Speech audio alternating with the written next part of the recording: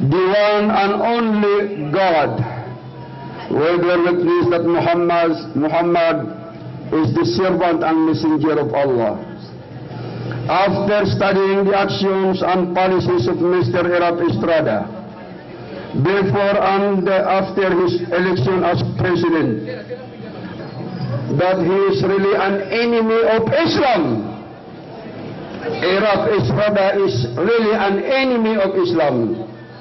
Likewise, Marrojas and Franklin Drilon, who strongly opposed the MUA Act and filed a petition intervention before the Supreme Court against the signing of the MUA Act. Hence, up to this present, they are our people.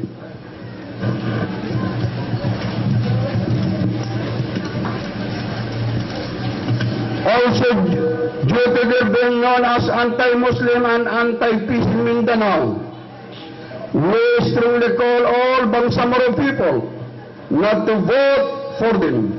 A different Grand Masjid all over the Philippines, issued at Grand Mosque Marawi City, signed by Said Jamil Datu Harun Yahya, Imam and Chairman, Muslim Concerned Citizen.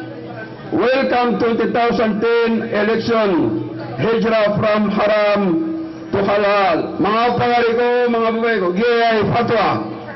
At ipirmana kan ko kabubaliak na isa kung mga imam nyo.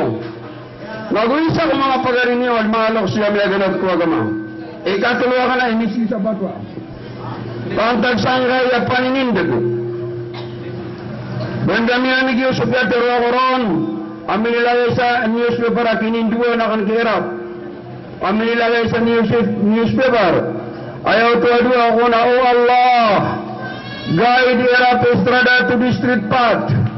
And if you know that he could not be guided, destroy him. Tayong kuwaira na may panganiyakan. Na pero mo Allah ta'ala kagay namin ako ni walang una mga Muslim. Na miya laklak na miya antior na miya bugo si Erap. Si sa malakan yan sa taman sa simya kaugit sa tulang. Si Bayal sa Peraon. At piaglidu Allah ta'ala sa ritsi. Na bebuda ba paglidu ng musirap sang kanan ng marsi kalawa sa Pasig River.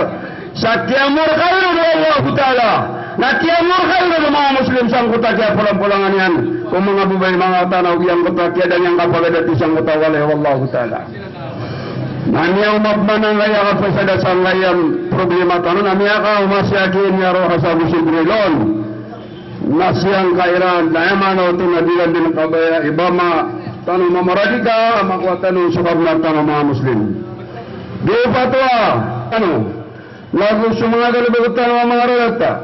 Saril sa tawatiro Allah ta'ala na dapat pakadidugo. Dapat pakaturoon. Kasyaksyan tanong ay natuwa na simbahan na patut suka simbahan na tuwa na yung tabus wallah. Lagong saksyan tanong mata na Muhammad sallallahu alaihi wasallam. Huwag po na Allah nagusihuyan. Uriyan na kaya pag-istari. Nakiyan bendel mga kaya pro-buruda. Kung magagalibag nagusto mga pamikiran nagusto mga antangan nagusto mga palisi. Erap Estrada.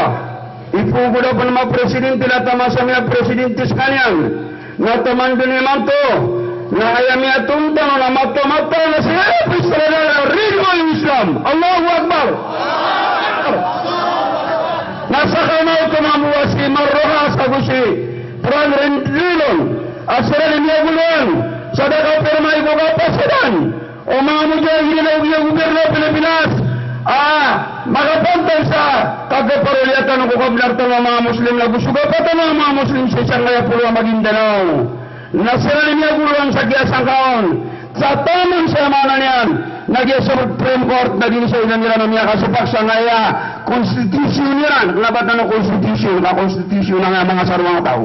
Iniya siya hindi mamuha ng Islam, kasiran din niya mala. Apagod sa amanan yan, na di kapakamuayan o kalilintad, sisang kay ito mga Muslim, na ayamala, na sukakwatan o kusinganintan o kabdartan o, ariya-girayan sa rugo, mga apotan o, na tamandoktan o, nagpregiragid na yamanan yan, na rugutan o. Siran na mga anti-Muslim siran, di ang kabaya so kalilintad sa Mindanao. Sabab saya, nagyang gaya patwa na pangalan yan. Haram! Haram! Haram ko Muslim! Alhamdulillah! Wassalamualaikum warahmatullahi wabarakatuh. Na hindi natin dapat iboto ang mga tao ito, sina Eric Marrojas at Franklin Drilon. Sumasalayan pa kayo! Ang mga taong sumasag kahit kapayapaan ng Pilipinas ay hindi karapat-dapat na iboto. Hindi ba't ang mga taong ito ay hindi sumasang-ayon sa usapang pangkapayapaan? Ating bang maranasan ang ginawa ni Eric Estrada sa lumipas na panahon? Hindi! Kaya, hindi natin sila iboboto. Kaya mga kapatid, hindi lang dito sa Mindanao, pati sa Visayas o sa Luzon, at hindi lang itong mga taong ito ang dapat na mag-inig sa sinasabi o ang boses ng mga kababayan na hindi dapat iboto ang mga taong naninira, ayaw, sumang-ayaw. Ang mga Muslim ay kuha sa salitang Islam na ang Islam ay peace, kalilitan, na yan ang dapat na ating pinanindigan. Kaya mga kapatid, brother and sister in Islam, gamitin natin ang ating utak. Huwag natin gamitin ang ating bulsa dahil tayo rin ang maghihirap. Hindi natin maranasan sa oras na yon dahil sa lumalakad na panahon, doon natin mararamdaman ang sakit ng ating kinain na pera. Kaya huwag natin ipagpalit ang pera. Huwag natin ipagpalit ang sarili natin sa konting salapi dahil hindi tayo mga mukhang salapi.